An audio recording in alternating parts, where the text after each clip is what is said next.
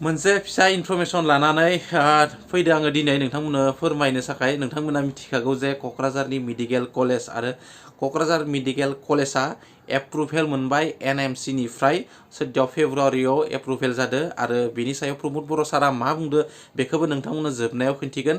नाथाय अल आसामाव जोंनिया 1200 सिट दङमोन MBBS नि थाखाय टटेल सिटआ, आरो दिनै क'क्राझाराव 100 सिट बारायबावनाय खोथा आरो बारायबावबाय 100 सिट आरो 100 सिटखौ बारायनायजों प्लास खालामनानै दिनै 1300 अल आसामाव 1300 सिट जालांबाय। आसा खालामो जाय जाया फरायगोन, जाय जाया बे क्रसखौ खालामगोन, गासैबो मोजाङै होनानै आनजादफोरखौ उनथ्रिगोन। लोगोसे गोबां दिननि आरो गोबां समनि नाजानायाव दिनै क'क्राझाराव मेडिकेल कलेजआ जाफुंबाय। आसा खालामो फैगोन समफोराव बे कलेजआ मोजाङैनो सलायगोन। लोगोसे नोंथांमोना भिडिअखौ नायना लाबानो जाबाय। लोगोसे बिथिं चाइल्ड मेरेजनि खोथाया मा जाखो आसामनि चाइल्ड मेरेज कर्टआबो धमकि होनाय साथा जाबाय CM खौ, नङा होमबा? आरो फैगोन समफोराव नुसिगोन, जानाय नङा बायदि मोनदों। आरो ओंखारगोन दे जायफ्रा जोंनि बर' हारिनिबो सुबुंफोर जाय जोबथेसालियाव दङ थाबनो ओंखारगोन होनना आं मिजिं खालामो।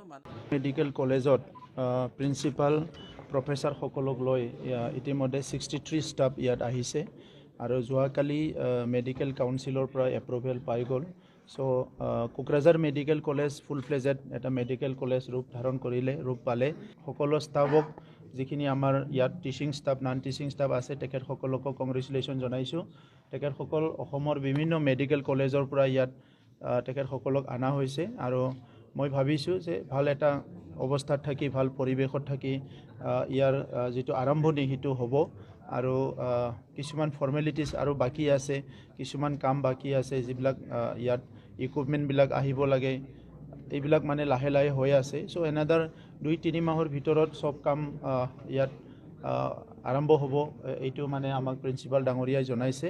চ' আমি সকলো আনন্দিত হৈছোঁ আৰু বড়োলেণ্ড চৰকাৰৰ তৰফৰ পৰা এইখন ইনষ্টিটিউশ্যন আগলৈ লৈ যোৱাত আমাৰ পৰা যিখিনি সহায় লাগে এইটো আমি এনি টাইম সহায় কৰি যাম।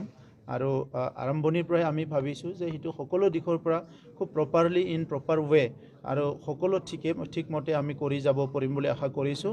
আৰু অসমৰ অইন মেডিকেল কলেজৰ নিচিনা এইখন মেডিকেল কলেজো খুব এটা ভাল মেডিকেল কলেজ হ'ব, মই এইটো আশা ৰাখিছোঁ।